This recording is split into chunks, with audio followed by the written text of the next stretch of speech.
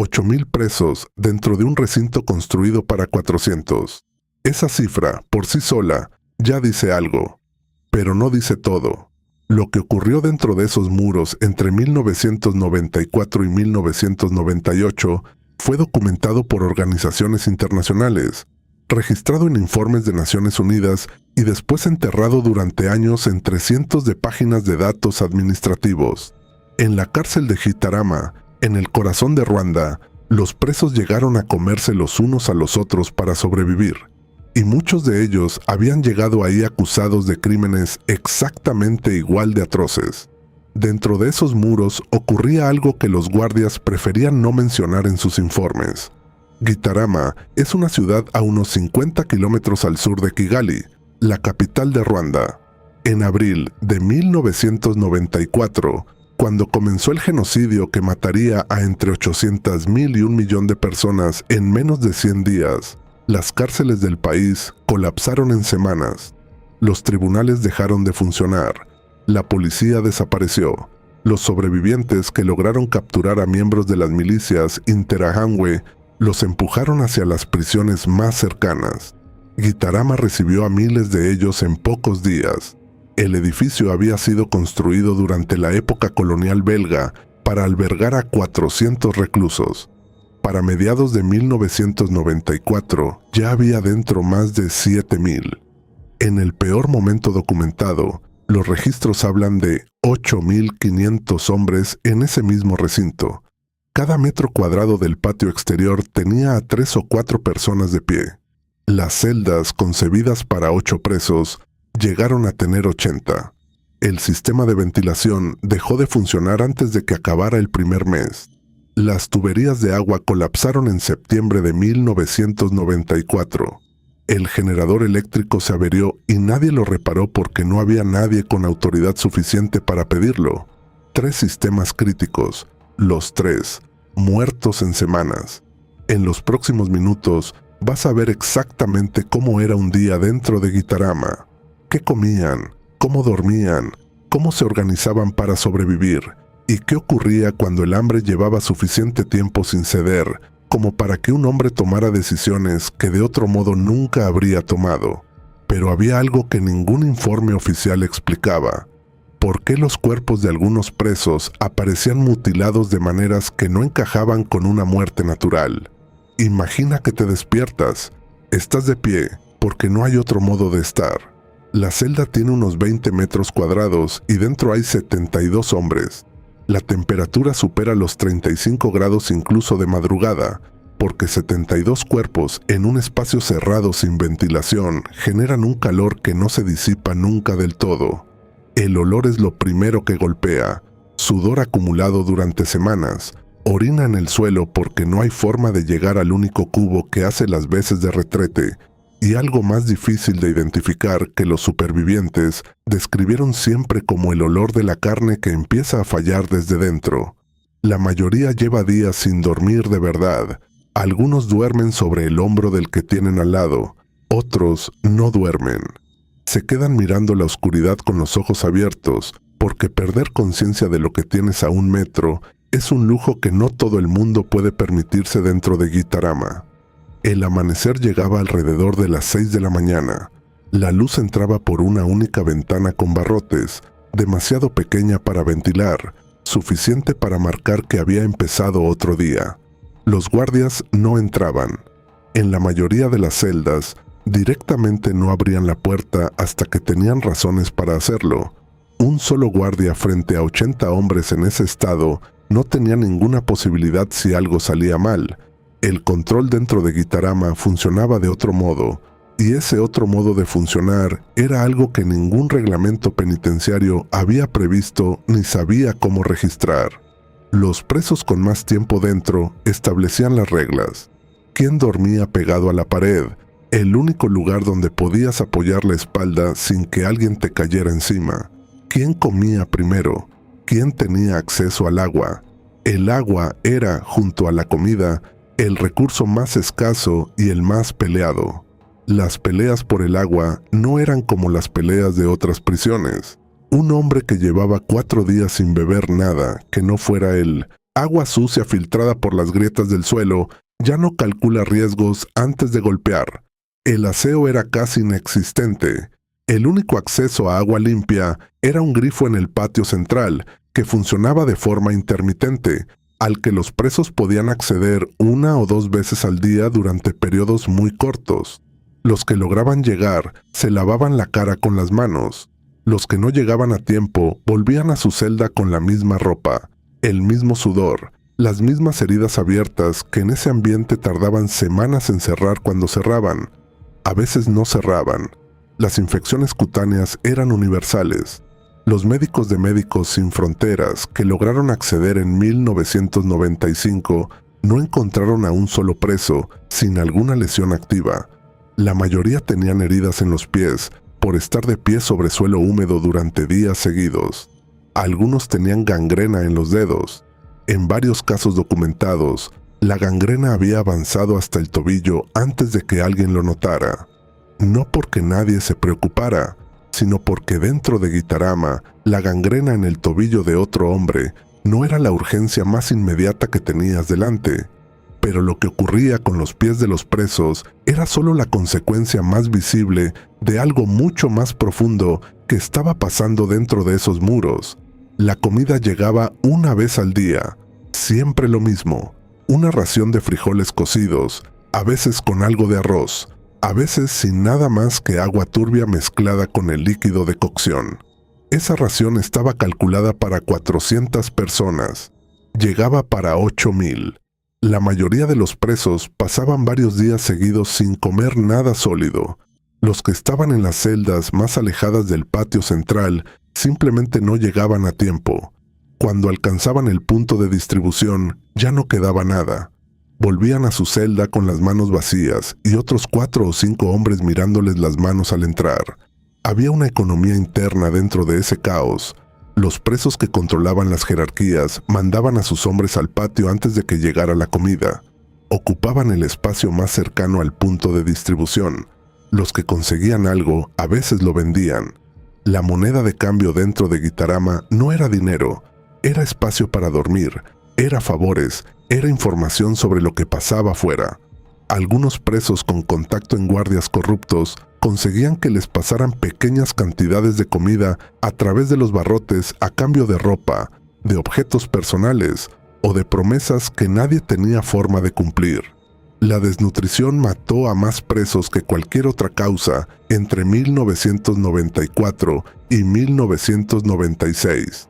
Los médicos de Médicos Sin Fronteras encontraron hombres con los huesos visibles bajo la piel, incapaces de mantenerse de pie, muriendo en silencio, apoyados contra la pared. La estimación más conservadora habla de 1,700 muertos solo en ese periodo. Otras fuentes elevan la cifra a más de 3,000. Los registros oficiales ruandeses de esos años son incompletos, porque en muchos casos no había nadie encargado de llevarlos. Los muertos eran enterrados en fosas comunes sin identificación individual. Y cuando alguien moría dentro de Gitarama, lo que pasaba con su cuerpo en las horas siguientes era algo que los supervivientes tardaron años en estar dispuestos a describir. Cuando alguien moría, el cuerpo podía pasar horas dentro antes de que alguien lo sacara. Las celdas estaban tan llenas que a veces no había espacio físico para moverlo. Los presos que dormían pegados a ese hombre seguían ahí, pegados a él, porque no había a dónde ir. Algunos describieron haber pasado noches enteras con un cuerpo muerto a centímetros, sintiendo el calor que se enfriaba, esperando que amaneciera. El olor que describieron los testigos era una mezcla de sudor, orina, heces, gangrena y putrefacción que se impregnaba en la ropa y en la piel durante semanas después de salir. La tarde dentro de Gitarama no tenía estructura. No había trabajo forzado organizado porque no había organización de ningún tipo. El tiempo entre la distribución del mediodía y el cierre nocturno era simplemente tiempo. Horas que los presos pasaban de pie, sentados donde podían, o en los pequeños grupos jerárquicos que controlaban distintas zonas del recinto. Algunos dormían de día para recuperar lo que no podían recuperar de noche. Los supervivientes que describieron ese periodo hablan de él. tiempo dentro de Gitarama como algo que dejaba de funcionar con normalidad. Una hora podía parecer un día, una semana podía pasar sin que el cerebro registrara nada que la distinguiera de la anterior. La noche cerraba el ciclo. Las peleas por espacio para dormir comenzaban en cuanto desaparecía la luz natural. La oscuridad dentro de las celdas era total cuando el generador fallaba, que era casi siempre. En esa oscuridad, el sonido era todo. El roce de cuerpos moviéndose, los golpes de quien peleaba por una posición, los sonidos de quien estaba enfermo en un rincón, y el silencio particular de quien ya no iba a despertarse. Los hombres que llevaban semanas sin dormir bien tomaban decisiones que de día quizás no habrían tomado. Después de 72 horas sin sueño adecuado, el cerebro falla en las mismas zonas que fallan bajo el efecto de ciertos narcóticos. Muchos presos dentro de Gitarama llevaban meses en ese estado. ¡Meses! En 1995, una delegación de Naciones Unidas visitó Gitarama como parte de un informe sobre las condiciones penitenciarias en Ruanda tras el genocidio. Lo que encontraron fue tan grave que el informe final incluyó un apartado que tardó años en hacerse público en su totalidad. En ese apartado se documentaban los primeros casos verificados de canibalismo dentro del recinto. Los investigadores no usaron esa palabra en el título. La usaron en el cuerpo del texto, entre descripciones médicas y testimonios de supervivientes, y después la enterraron entre cientos de páginas de datos administrativos. Había algo deliberado en ese entierro. El mundo en 1995 ya estaba procesando el genocidio. Añadir esto encima era demasiado. Lo que ese informe describía en sus páginas interiores cambiaba la naturaleza de lo que estaba ocurriendo en Gitarama. Los testimonios recogidos por los investigadores describían un patrón que se había desarrollado de forma gradual. En las primeras semanas de superpoblación extrema, los presos que morían eran sacados. Con el tiempo, a medida que el hambre se hacía insoportable, los cuerpos de los muertos empezaron a desaparecer de forma distinta. Los investigadores encontraron restos óseos dentro de algunas celdas limpiados de carne. Los médicos que examinaron esos restos confirmaron que el proceso había ocurrido post-mortem, pero en algunos casos el margen entre la muerte y la manipulación del cuerpo era de pocas horas. Los supervivientes que salieron entre 1996 y 1998 confirman que esto era conocido dentro del recinto por suficientes personas como para que se convirtiera en parte de la realidad de ese lugar. Lo que el hambre extrema le hace al cerebro humano ha sido estudiado desde los experimentos de Minnesota en 1944, cuando el fisiólogo Ansel Keys sometió a 36 voluntarios a una dieta de hambre controlada durante 24 semanas. Los resultados fueron perturbadores. Los sujetos desarrollaron obsesión por la comida hasta un punto que los investigadores describieron como psicosis leve. Soñaban con recetas. Construían rituales elaborados alrededor de cada pequeña ración. Algunos coleccionaban páginas de revistas con comida que nunca iban a cocinar, y eso era después de semanas de hambre moderada, en condiciones controladas, con atención médica permanente. Los presos de Gitarama llevaban meses de hambre severa, sin atención médica, durmiendo menos de lo mínimo necesario, rodeados de violencia cotidiana. El córtex prefrontal, la parte del cerebro que regula las decisiones morales, es la primera en ceder ante la desnutrición prolongada. La capacidad de distinguir entre lo que está bien y lo que está mal, de frenar impulsos, de pensar en lo que viene después, todo eso se deteriora antes que cualquier otra función cognitiva. Los psicólogos que estudiaron casos de supervivencia extrema documentaron un fenómeno que llamaron disolución del yo moral. El cerebro humano tiene un umbral por debajo del cual la supervivencia inmediata desplaza a cualquier otra consideración. Ese umbral varía entre personas, pero existe en todos, y dentro de Gitarama muchos hombres lo cruzaron sin saber exactamente en qué momento lo habían hecho. Piensa en lo último que comiste hoy. Ahora imagina 200 días sin comer nada sólido, sin dormir más de 2 horas seguidas, sin saber si mañana habrá algo. El cuerpo en ese estado empieza a consumirse a sí mismo. Primero la grasa, luego el músculo. Cuando llega al músculo cardíaco, el corazón empieza a fallar de formas que no dan aviso. Piensa en lo que harías. Piensa en lo que haría cualquier persona. Entre los testimonios documentados por Human Rights Watch, hay casos verificados con más de un testigo independiente. Un superviviente identificado como JB en los registros describió haber visto a un grupo de hombres en su celda consumir partes del cuerpo de un preso que había muerto la noche anterior.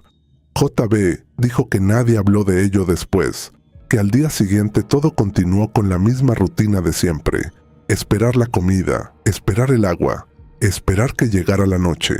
Otro testimonio, recogido por Médicos Sin Fronteras en 1996, describía marcas en los cuerpos de algunos muertos que los médicos no podían atribuir a causas naturales ni a traumatismos habituales.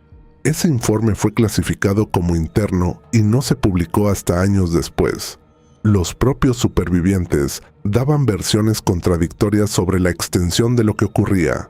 Algunos decían que era algo puntual, de celdas específicas, en momentos de hambre extrema. Otros decían que era más común de lo que nadie quería admitir. Probablemente ambos tenían parte de razón, y eso ya era suficiente para que el informe de Naciones Unidas usara esa palabra entre sus páginas. Pero lo que los investigadores descubrieron cuando empezaron a examinar quiénes eran los presos de Gitarama añadía una capa que ningún marco moral sencillo podía encuadrar. La mayoría de los hombres encerrados en Gitarama habían llegado acusados de participar en el genocidio de 1994. Muchos habían matado o habían colaborado con quienes mataban durante los 100 días de masacres, y ahora estaban muriendo de hambre dentro de una prisión, algunos comiéndose a los muertos, mientras el país que habían ayudado a destruir intentaba reconstruirse fuera de esos muros. Esa contradicción es la que hace de Gitarama un lugar que no cabe en ninguna categoría sencilla. Las historias de quienes estuvieron dentro tampoco. Los juicios no comenzaron de forma ordenada hasta que Ruanda adoptó los tribunales Gacaca en 2001, un sistema de justicia comunitaria basado en tradiciones ancestrales diseñado para hacer frente al volumen imposible de causas pendientes. Había 120,000 personas acusadas de crímenes relacionados con el genocidio, esperando juicio en cárceles de todo el país, muchas de ellas en Gitarama. Algunas llevaban 7 años esperando, otras habían muerto antes de que nadie les leyera los cargos, pero los tribunales Gacaca solo juzgaron lo que había ocurrido fuera de esos muros. Lo que pasó dentro nunca fue juzgado por nadie.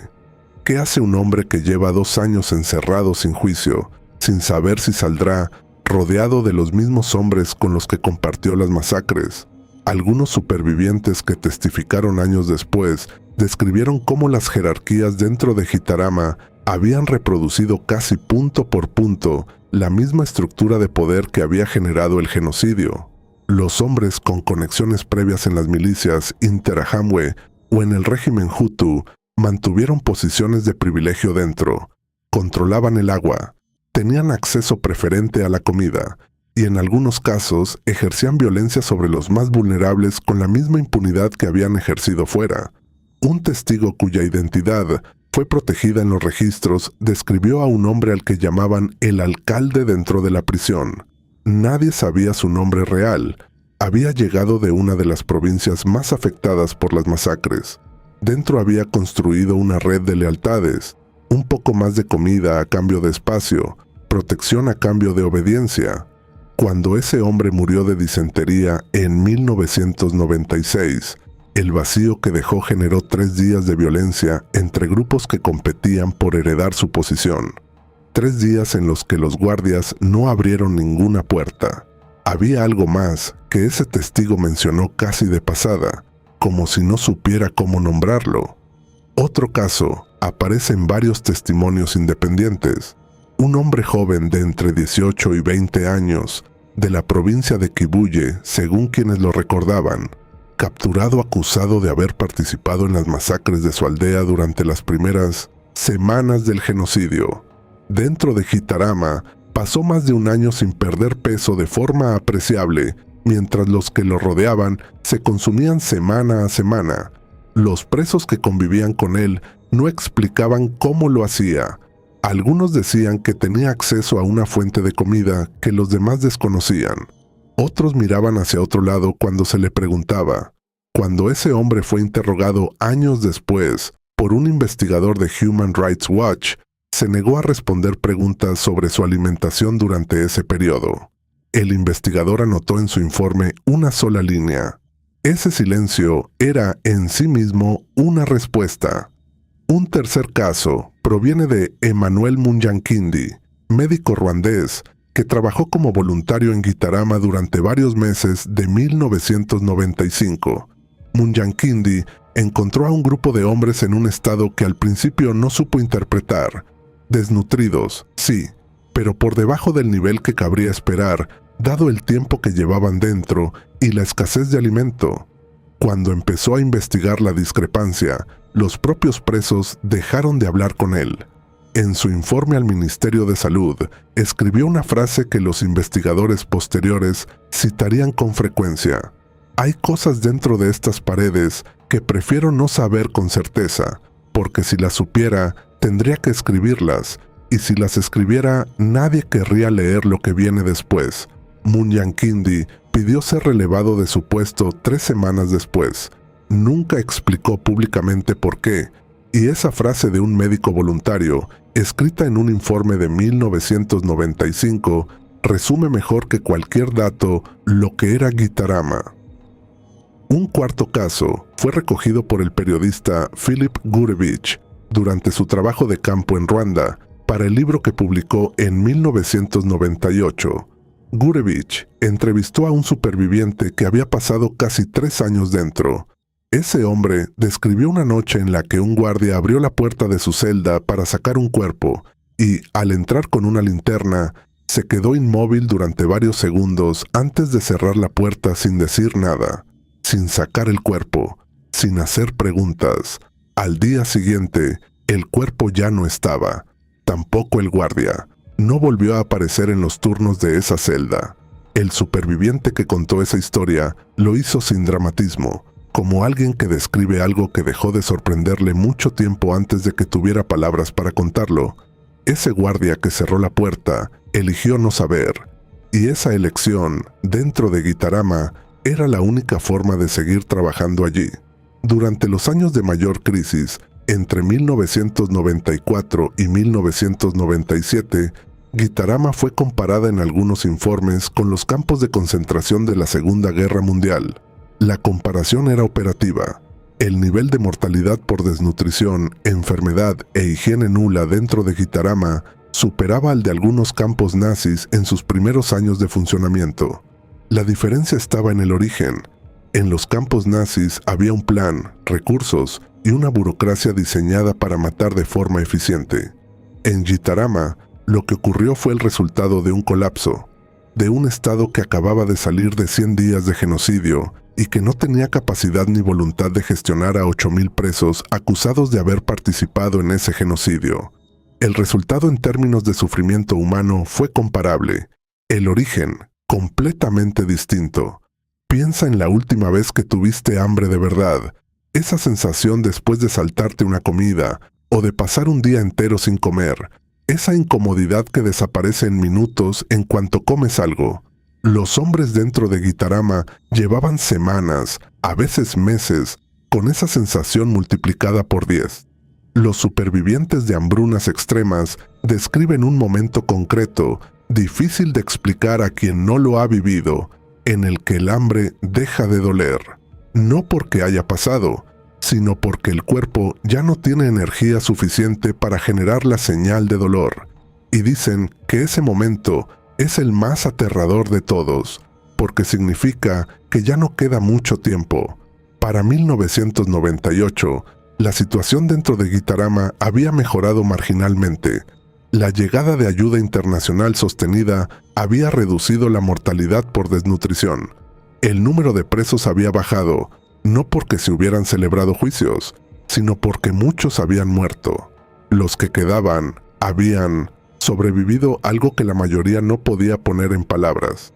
Varios testigos describieron a los supervivientes de Gitarama como personas que habían regresado de un lugar que no figura en ningún mapa, gente que miraba de un modo distinto, que respondía con un par de segundos de retraso a cualquier pregunta, que comía de forma compulsiva cuando había comida, acumulando en la boca más de lo que podía tragar, como si el cuerpo no hubiera procesado todavía que el peligro había pasado. El síndrome de realimentación ocurre cuando una persona gravemente desnutrida recibe comida normal de golpe. El cambio brusco en los electrolitos puede provocar fallos cardíacos, convulsiones y muerte. Varios presos de Gitarama murieron de eso, de comer demasiado rápido, cuando por fin llegó la ayuda. Los médicos que gestionaron la llegada de esa ayuda tuvieron que racionar la comida de los propios hambrientos para no matarlos con ella. Los estudios con supervivientes del Holocausto y de la hambruna holandesa de 1944 mostraron alteraciones metabólicas que duraban décadas y que en algunos casos se transmitían a la generación siguiente. El cuerpo recuerda el hambre de formas que la mente no controla. Los supervivientes de Gitarama, evaluados por psicólogos en los años posteriores, mostraban niveles de cortisol comparables a los de veteranos de guerra con trastorno de estrés postraumático severo. La mayor parte nunca recibió tratamiento. Ruanda no tenía capacidad para tratar a 120,000 personas traumatizadas al mismo tiempo. Lo que ocurrió dentro de Gitarama, una vez que el mundo dejó de mirar, está recogido en archivos del gobierno ruandés, que permanecen parcialmente clasificados hasta hoy. Gitarama no fue la única cárcel en ese estado. Las prisiones de Ruhengeri, Cyangugu y la propia Kigali Central vivieron situaciones similares, aunque ninguna alcanzó la densidad que llegó a tener Gitarama. Lo que hace que Gitarama sea el caso más estudiado es la combinación de tres factores: la superpoblación récord, la presencia de organizaciones internacionales que documentaron lo que vieron, y la existencia de supervivientes dispuestos a hablar años después en condiciones de relativa seguridad. Hay prisiones en el mundo que en este momento, en 2025, superan en algún aspecto lo que acabas de ver aquí. El Campo 14 en Corea del Norte, donde los presos nacen dentro y mueren dentro sin haber salido nunca. La Tumba en Venezuela, donde los detenidos pasan meses en celdas sin luz natural y sin contacto con el exterior. Saidnaya en Siria, donde Amnistía Internacional estima hasta 13,000 ejecuciones extrajudiciales entre 2011 y 2015. Gitarama cerró su capítulo más oscuro a finales de los años 90. Lo que no cerró fue ningún proceso de justicia por lo que ocurrió dentro. Los que murieron ahí no tienen registro. Los que hicieron cosas que preferirían olvidar tampoco tienen ningún proceso abierto por eso. Y los que sobrevivieron a ambos lados de esa historia viven con ello de la única forma que pueden. Si este documental te hizo pensar en algo que normalmente no piensas, suscríbete y activa la campanita. El próximo video cubre una prisión activa en 2025 que en algunos aspectos supera lo que acabas de ver aquí. Pero lo que encontrarás en ese video tiene un detalle que cambia todo lo que creías saber sobre cómo funciona una cárcel moderna.